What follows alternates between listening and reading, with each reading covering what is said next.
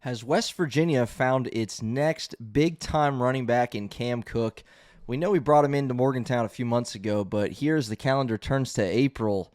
He just had a nice press conference that got me excited, and I'm excited for the potential that Cam Cook, the nation's leading rusher a year ago, and what he's going to bring to the Mountaineers here in 2026. We're going to talk about all things Cam Cook on this episode of Mountaineer Moment. This is the Mountaineer Moment, your source for all things West Virginia football and basketball. From pregame to postgame coverage and breaking news, we've got you covered. Let's go.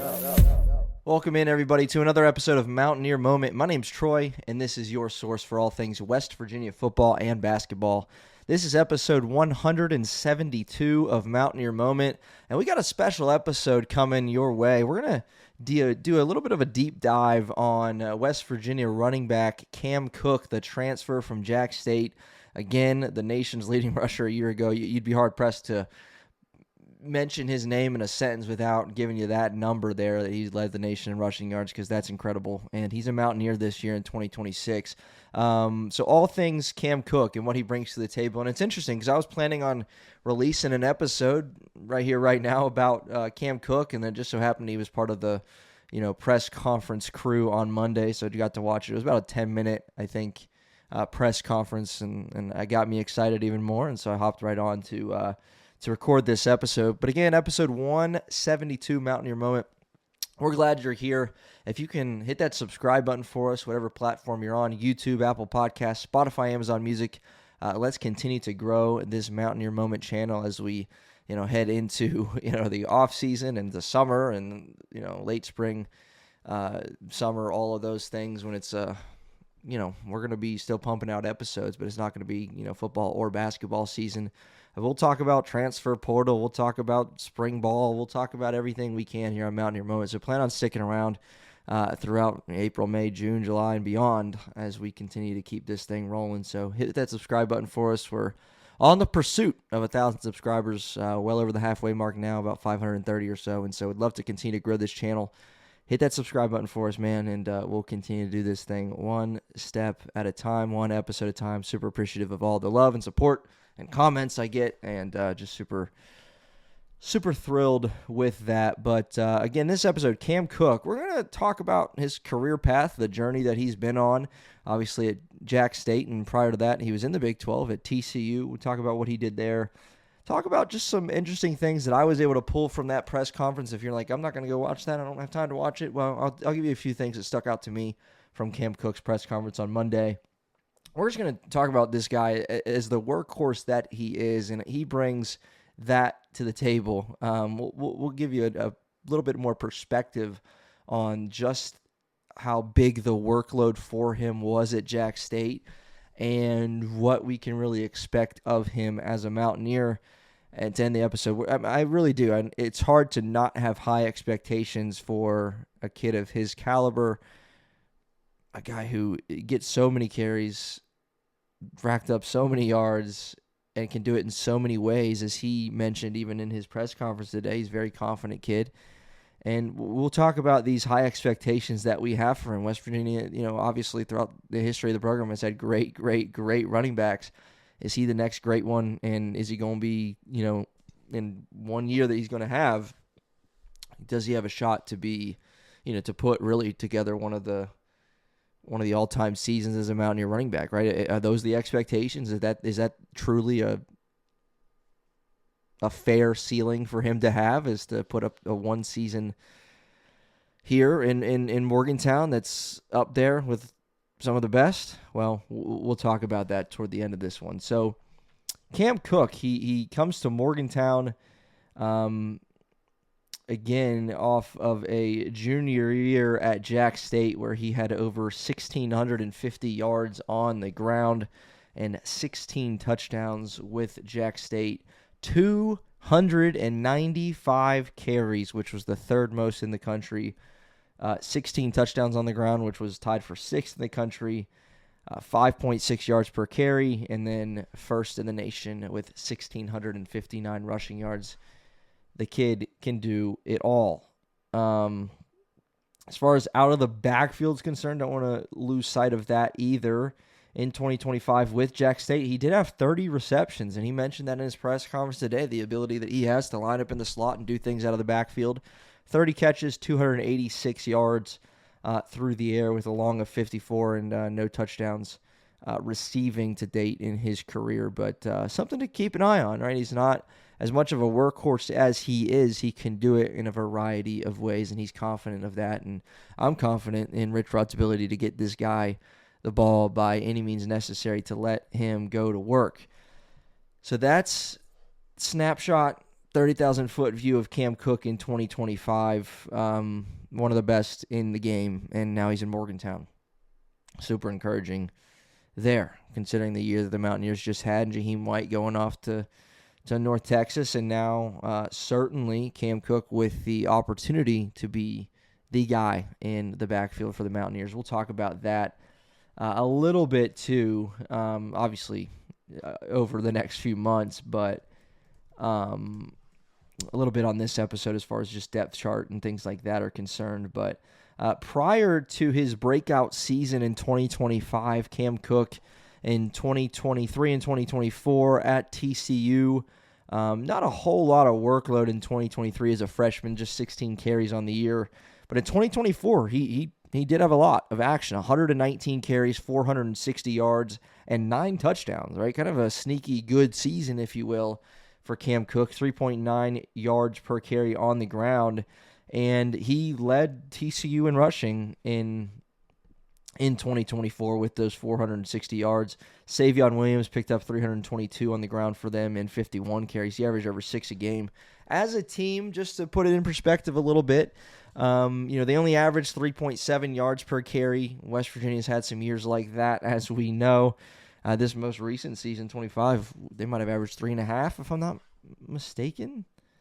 Let me just fact check that real quick. 2025, West Virginia, right, wasn't the strongest rushing performance we've ever seen from them, and they averaged identical yards per carry on about 100 more, over 100 more attempts on the ground, but 3.7 yards per carry, the same thing that Cam Cook's team averaged at TCU in 2024. So just kind of an interesting kind of side note there, but it wasn't a bad season for him in 2024. Not sure the reason that led to him transferring out, but I think he's happy that he did because he put up a monster season in 25, enters the transfer portal, and finds himself in Morgantown for his senior year. Looking to bring a running game back to Morgantown that we're going to be excited to see. Mentioned a moment ago that, one of the other things that made me really want to jump on and have an episode dedicated to Cam Cook was because of his press conference on Monday, March 30th. Just some notes that stick out to me from that press conference. I thought some of the questions were good, as far as just our understanding of Cam Cook, why he chose Morgantown, what do you think he can bring to the table? He's back in the Big 12. Is that going to, how's he going to adjust to life back in the Big 12 after being at TCU and then, having an incredible season last year? Not with the same level of competition. But one of the things right off the bat that you notice is he mentioned Rick Trickert coming here was a big deal and a big pull for him to come to Morgantown, the O-line coach at Jack State, now back in Morgantown yet again for round number 2, just like Rich Rod, and that was a big deal. And while he wasn't at Jack State at the time of Rich Rod, of course, because he was only there in 2025, he mentioned, did Cam Cook, some similarities between West Virginia's offense with Rich Rod and the ability and the desire that they have to play with tempo, play with speed, play fast. And he's coming from a Jack State team where he feels like he did a lot of the same things. To me, I would say of all the things that he said on this 10-minute or so press conference, that's the one that got me the most fired up. Because he carried the rock 295 times in what he's stating to be and what was a tempo, speed offense. We know what Rich Rod likes to do, right? And so it's not like he's going to have this major adjustment, at least according to him, where he goes from Jack State to Morgantown with West Virginia and an up-tempo, like-to-go-fast offense, and it's going to be a big adjustment. He's going to be winded all the time, right? This is a guy who, again, had 30 catches out of the backfield, had 295 carries, and obviously did all right for himself. And so the conditioning's there, the stamina's there, the ability to just get the ball over and over and over again and hurry up back to the line and play it again is there. And so that's something you like hearing from Cam Cook, is that he don't think that's going to be much of an adjustment in that regard, playing with tempo in this Rich Rod offense. Again, he said it a couple times. He sees some similarities, and that helped even to make that decision to come to Morgantown, is some of those similarities. He mentioned a few times, there was obviously an acknowledgement that he's, going to be asked to be the guy here in the Big 12. And be a workhorse. And he even dated back to 2024, which made me look into some of those numbers a little bit deeper. Is, it was a smaller sample size, right? It wasn't the Jack State numbers, but he carried a lot of offense, at TCU, the team's leading rusher on a team that didn't run the ball super, super effectively. I get it, but he's the team's leading rusher. And he's ready to be a workhorse in Morgantown. And then the second thing I would say that kind of stood out to me from Cam Cook and the way that he was describing his game, he explained that at Jack State he's had multiple ways that he's displayed in the way that he can find success within an offense. He said, in a quote, he said, you can't put his game in a box because he's got multiple dimensions, different things that allow him to be effective. That's when he mentioned, playing in the slot a little bit. Obviously when you're a workhorse running back like that, you are going to be asked to go up the middle. You're going to be asked to bounce it outside. You're going to be asked to block. You're going to be asked to do a lot of things. And he believes, I believe the question was even phrased in such a way that's like, that year at Jack State, what did you kind of prove, or what did you showcase the most? I'm paraphrasing, and I'll paraphrase even his response again. Like there's different things that make him great. There's different things that he brings to the table that make him who he is, and made him one of the top running backs in the nation last season. Now he's playing under Rich Rod. Now he's playing with a West Virginia offense, excuse me, that is desiring to take a step in the right direction. I mean, my goodness, this was, as we know, with the offensive line and their struggles and the quarterback changes and Jaheim White going down in the second game of the year, and the list goes on and on. And Ty Edwards having a breakout game against Pitt and injured, never to be, really seen much again after that, and on and on and on the list goes. And we know the story from 2025. I think on paper, bringing in a guy who had almost 300 carries, 1,600 yards, and can get it done in the backfield in the passing game, and can pass block, and all those things that he brings because he's just good in all those areas, it brings stability to an offense that had anything but stability in 2025. Cam Cook brings stability. We don't know who's going to start at quarterback. We know who the primary running back is going to be. We know some of the receivers and what they bring to the table, and there's going to be guys in and out competing for time, as there is with wide receivers at every program across the country. We like to think we have a better offensive line. We had an episode recently on that. If you want to go check that out, we have 2 different playlists on Mountaineer Moment, basketball and football. You can go check that one out on the football playlist. But this appears to be a revamped and stronger offensive line. And so you like the stability that he brings, and you can't put him in a box. And so the question that I would pose, because he's a workhorse, because he's the guy, and then again, we'll look at the depth chart before I pose this question. But you got Cam Cook, right? 5'9", senior workhorse. Mari Latimer, talented freshman that we have high expectations for him. Christopher Talley, Martavius Boswell, right? Some of those other guys in this mix here. But, like, you go back to C.J. Donaldson, Jaheim White, and the 1-2 punch that they provided for a couple years. Last year, Jaheim White, high expectations, still feel awful that he went down with an injury, right? Not that he was going to have the season any of us were hoping for, not because of Jaheim, but because of what this offensive line turned out to be and the struggles that they continued to have all season long. It wouldn't have mattered who was in the backfield. That offensive line wasn't good enough to have a 1,000-yard rusher or whatever you want to say, whatever that number is in your head. But if the offensive line is improved and significantly improved, then Cam Cook has potential, because he's the workhorse, because he's going to get a lot of the carries, and I get Rich Rod in his offense. There's going to be other guys getting touches, and we're going to hope for the best for those guys too. But, man, you enter this season, and there's other positions across the field that you know who's starting, you know who's the guy. There's a few. There's more than last season probably. But on this offense, Cam Cook, man, there's a lot on his shoulders, and there was a lot on his shoulders at Jack State, and he carried that workload well. So the question I will ask to round out this episode is, man, could we have another 1,000-yard rusher for the Mountaineers in Cam Cook here in 2026?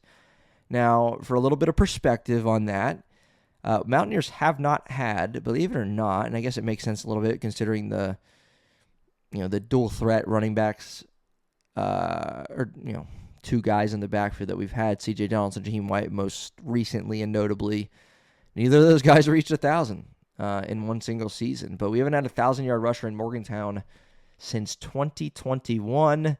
I'll give you a moment to see if you can figure out who that was in 2021. A little extra hint, this running back also reached or eclipsed 1,000 yards in 2020. And 2021, he did it back-to-back years. And then, 2022 was running back by committee in 22 with 500 yards for Tony Mathis, C.J. Donaldson, Justin Johnson got about 400. 2023 was that year where we had two guys who were really, really good on the ground, not to mention a quarterback. Oh, my goodness, Garrett Green. How many did we average? We averaged 5.3 yards per carry on the season in 2023, the best year under the former head coach Neil Brown. But C.J. Donaldson, 798 yards. Jaheim White, freshman, 842 yards and 109 carries, 7.7 yards per game on the ground. 2024 was a letdown because you brought all three of those guys back, and your yards per carry went down to 4.8. Jaheim White was 845 yards. Garrett Green, 750. C.J. Donaldson, 730 in 2024. And then, we know the story last season. But I'll give you the answer to that one. 2021 and 2020, West Virginia's workhorse running back that year, and I'll give you the numbers on that, is Letty Brown, the last Mountaineer rusher to go for over 1,000 yards in a single season, and that man did it twice, in 2020 and 2021. In 2021, because those numbers are a little bit more as far as what he was asked to do and the workload that he had 1,065 yards on 223 carries, 4.8 a carry, 13 touchdowns on the ground. Jarrett Deggy, remember, he was the quarterback that season. Garrett Brown got minimal time. 223 carries, and he was a workhorse, right? The next closest was Tony Mathis with 72 carries for just over 300 yards. He was the guy. And let me look at 2020 real quick. For consecutive seasons, he had 199 carries, and the next closest was 78. So for consecutive seasons, he was the guy at running back, was Letty Brown. And we're expecting, I'm not going to put a number on how many carries he's going to get in Cam Cook, but with entering this season, again, a couple of those years, CJ and Jaheim White would have easily gotten it if they weren't splitting carries. It don't look like Cam Cook going to be splitting carries. It's looking like he's going to get a lot of carries. And can he reach 1,000? I absolutely think so. I think he can, and I think he will. He had 1,600 a year ago, and I think there's reason to believe he can hit 1,000 for the first time for a Mountaineer running back since Letty Brown in 2021. And again, that kind of helps, at least me. I don't know if it helps you or if you're tuned out by now, but it helps me to have that perspective that Cam Cook carried the rock 295 times for over 1,600 yards.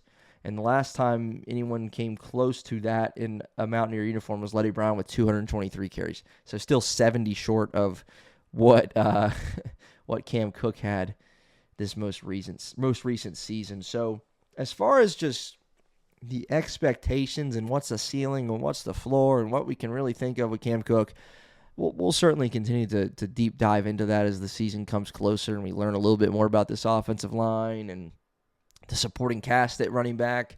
Are there viable options to play at running back around him? I think they are.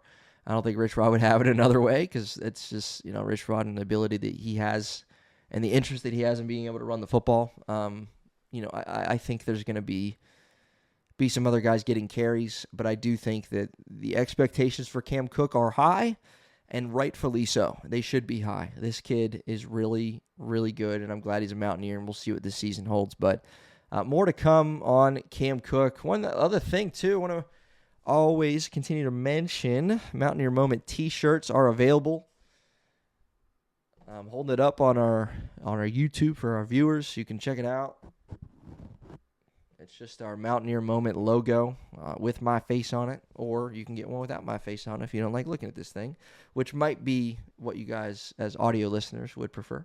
No hate there. So if you would like a Mountaineer Moment t-shirt for a great deal, I will make sure we get that to you. All you got to do is email me at mountaineermoment@gmail.com. Say, hey, I want a t-shirt. How can I get one? And I'll let you know what you need to do to get a Mountaineer Moment t-shirt delivered to your door in like a week. I don't even know. I've ordered a few of them already. Several people wanting some, and so I've been able to do that. No problemo. All right? So if you want a t-shirt, email mountaineermoment@gmail.com. As far as upcoming episodes, college basketball crowns this week, man. Like, hard to believe. Mountaineer basketball is playing basketball in April. That would normally sound really exciting. It would sound like a Final Four, but it's the college basketball crown. It's a tournament. It's basketball. I'm still getting excited. I hope you are too. But we're going to preview. We're having an episode coming up soon, just a preview of the tournament, all 8 teams, what's going on, what we need to know, dates, times, all of that fun stuff, maybe a little bit of predictions. And then we'll have a preview specifically, like we've done all basketball season long. Mountaineers going up against Stanford in the first round. We'll talk about everything you need to know about Stanford, get you ready for tip-off for that game. And then, of course, post-game, we'll be here on Mountaineer Moment to react to that game. It feels like we haven't done it in a while because we haven't. It's been a couple weeks since the Big 12 tournament. But we are back in action talking about Mountaineer basketball, playing basketball. Crazy, I know, but we'll have you covered here for the college basketball crown and all you need to know there. So plan on checking out those episodes coming your way. But again, this is episode 172. If you like what you heard, or if you didn't, but you still want to toss a subscription, you can do that. Hit that subscribe button, and we'll see you next time on Mountaineer Moment.